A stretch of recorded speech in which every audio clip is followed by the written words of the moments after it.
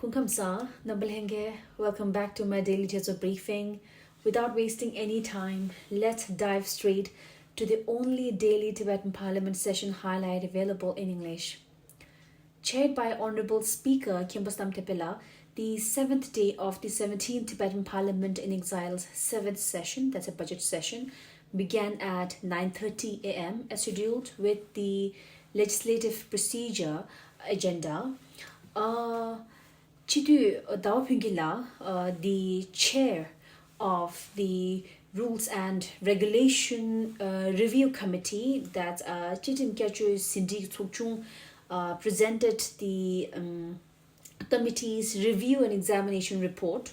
As per the list of revised business, the House then proceeded towards the deliberation and sanction of the special recurring budget, that's Mise Katu, and the supplementary budget, Sugyo Katu, for the fiscal year of 2024 to 2025 of the Department of Education, Shiri Lekhung, and Sampoda Tibetan schools under the Department of Education from previous sittings.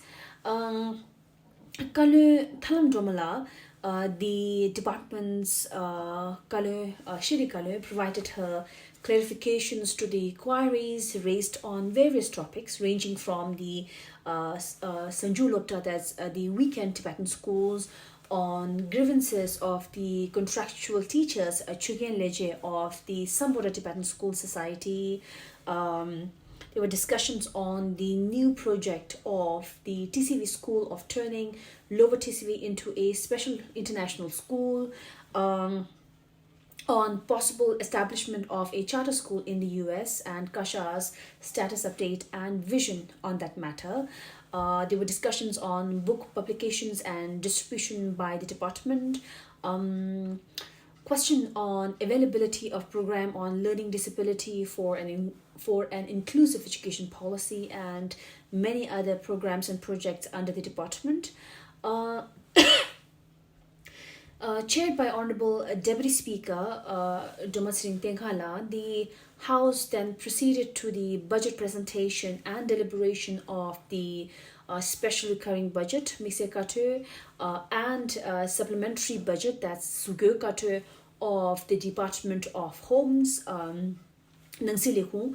About 15 or 16 parliamentarians took part in the deliberation over the undertaking of the department, raising concerns, inquiries on the rules and regulation for the housing and estate of the Tibetan settlements, on projects for the unemployed Tibetan youth program, on various agricultural projects of CTA, challenges of Tibetan cooperative society, that's Nyamde, on land encroachment and land taxation issues in some settlements, and other budget related questions on the department.